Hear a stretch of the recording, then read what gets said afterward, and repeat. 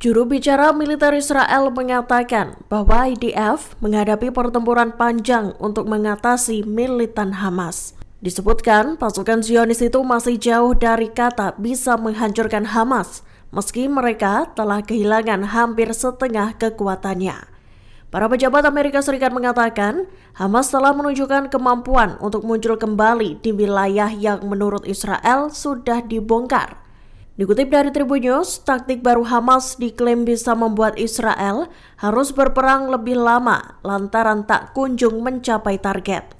Para pejabat Amerika Serikat menuturkan, militan Palestina itu mulai mengandalkan taktik hit and run atau strategi tabrak lari untuk menggagalkan upaya Israel yang ingin menguasai Gaza. Mereka menjelaskan Hamas mengandalkan penyergapan untuk menyerang sasaran Zionis.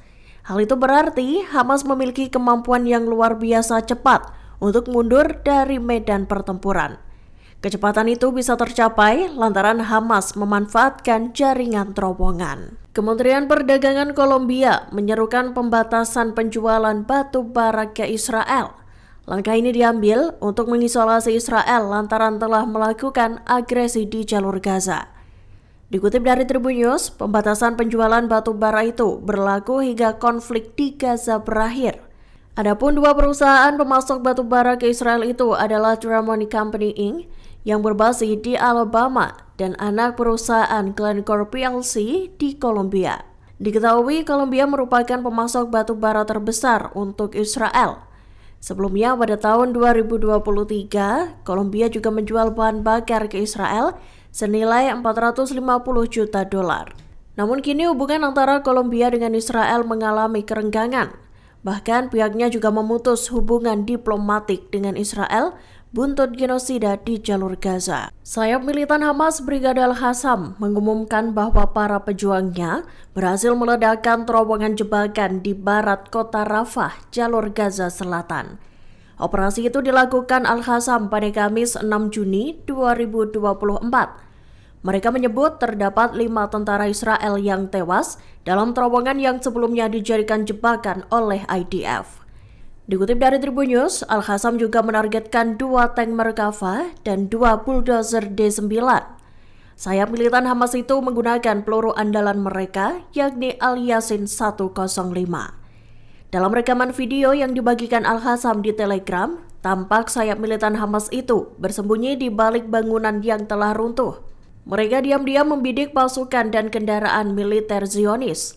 Tak berhenti di situ, Al-Qassam juga melakukan penyerangan di Camp Bureij dengan mengebom pasukan Israel menggunakan mortir kaliber berat. Militer Israel pada Kamis 6 Juni 2024 mengecam organisasi-organisasi media internasional yang menyiarkan kabar terkait serangan udara IDF ke sekolah UNRWA. Pihaknya menyebut bahwa para media terjebak dalam taktik Hamas.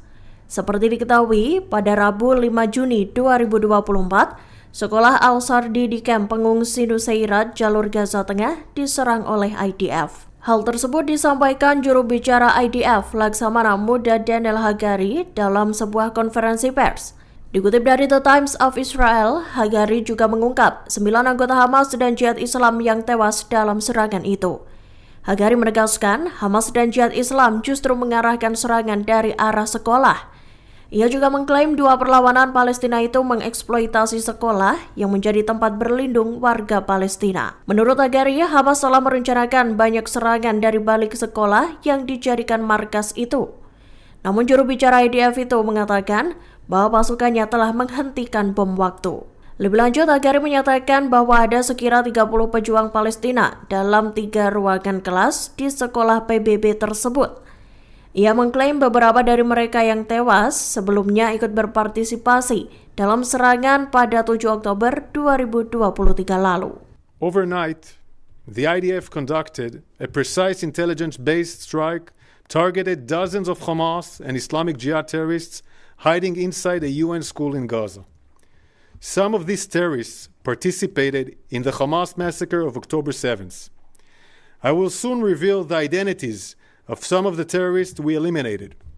The terrorists were operating from this UN school. They were planning and conducting attacks from inside classrooms of this UNRWA school. Our precise strike was based on concrete intelligence from multiple sources. The terrorists inside this school were planning more attacks against Israelis, some of them imminent. We stopped a ticking time bomb. This is what it was. Our intelligence indicated that the terrorists were operating from inside these three classrooms. We delayed our strike twice because we identified civilians in the area. We had aerial surveillance that had been monitoring the Hamas compound for a few days. We conducted the strike once our intelligence and surveillance indicated that there were no women or children inside the Hamas compound, inside those classrooms. Despite the complex operational conditions, our Air Force... Kelompok Hizbullah dilaporkan melepaskan rudal pertahanan udara buatan Iran ke arah jet tempur Israel. Rudal Saya-2 itu meluncur ke jet tempur F-16 milik Zionis. Meski tak berhasil menjatuhkan pesawat tempur itu, peluncuran pertahanan udara buatan Iran tersebut memaksa Israel menarik mundur F-16 mereka. Dikutip dari Tribun News, sistem pertahanan udara itu disebut mirip dengan American Standard Missiles. Bahkan sistem udara tersebut diyakini bisa membahayakan seluruh armada F-16 Israel jika memaksa memasuki jarak tembak. Sebagai informasi, Saya-2 merupakan rudal anti pesawat jarak menengah yang dikembangkan Iran. Rudal tersebut dibuat melalui rekayasa balik rudal standar RIM-66 Amerika SM-1 yang diperoleh Teheran sebelum revolusi 1979. Saya-2 ini memiliki jangkauan yang lebih pendek dibandingkan penerusnya.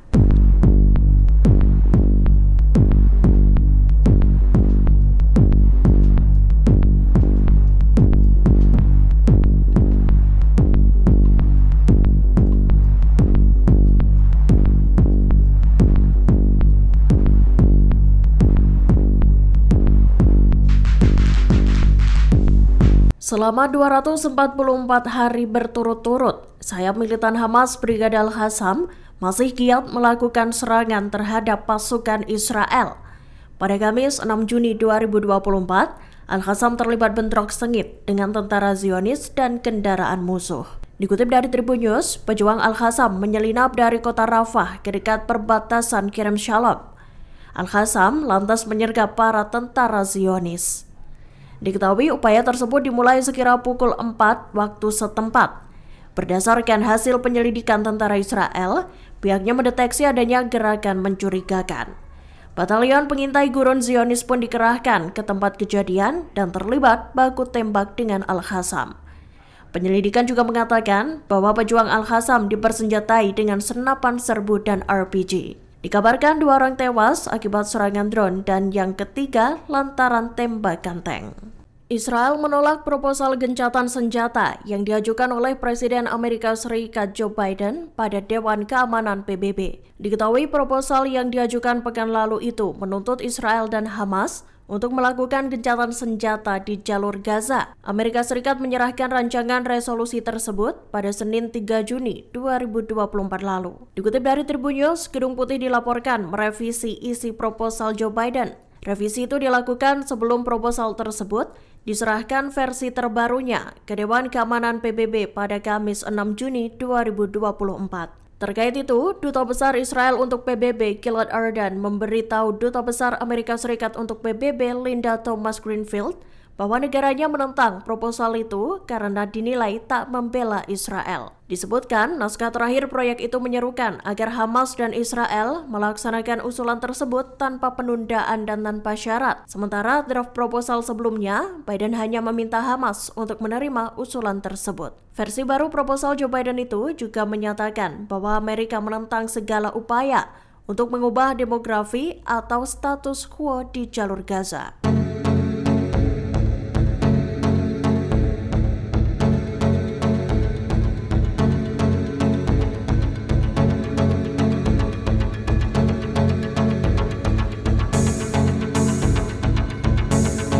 3 kepala staf angkatan TNI menyatakan siap mendukung rencana misi pengiriman pasukan pemeliharaan perdamaian TNI ke Gaza. 3 kepala staf angkatan TNI itu adalah KSAD Jenderal Maruli Simanjuntak, KSAL Laksamana Muhammad Ali, dan KSAU Marsikal Tony Haryono. Dikutip dari Tribunnews, Maruli mengatakan bahwa pihaknya akan menyiapkan 1 unit rumah sakit lapangan atau Rumkitlab. Hal tersebut disampaikan Maruli dalam rapat kerja dengan Komisi 1 DPR RI di Kompleks Parlemen Senayan, Jakarta, Kamis 6 Juni 2024. Ia menambahkan perlu 298 personal untuk menggelar Rumkitlab tersebut. Sedangkan Ali, ia mengaku bakal menyiapkan 2 kapal rumah sakit termasuk dengan marinirnya.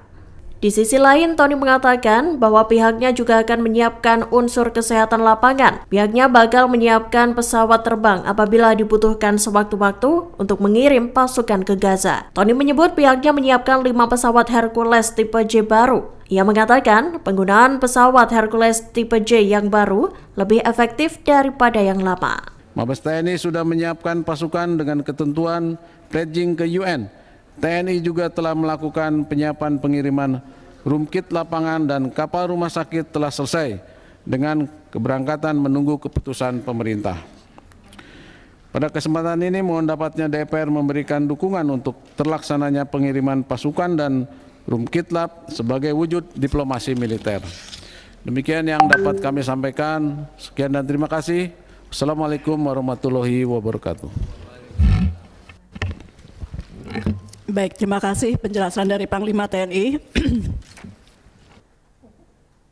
Mungkin kita dengarkan satu persatu, menguatkan saja apa yang sudah disampaikan Panglima TNI dari masing-masing kepala staf.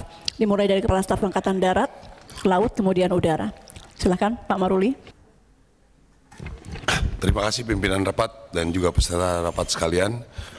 Kami dari Angkatan Darat, kalau dilihat dari paparan tadi, kami menyiapkan rumah sakit lapangan.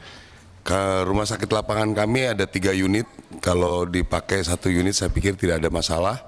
Itu memerlukan sekitar 300 personil, 298 personil untuk gelar 1 rumah sakit. Jadi kami siap untuk mendukung pelaksanaan dukungan untuk di Gaza. Terima kasih. Baik, terima kasih. Berikutnya Kepala Staf Angkatan Laut, silakan. Terima kasih pimpinan dan seluruh anggota Komisi 1 DPR yang terhormat dan saya muliakan.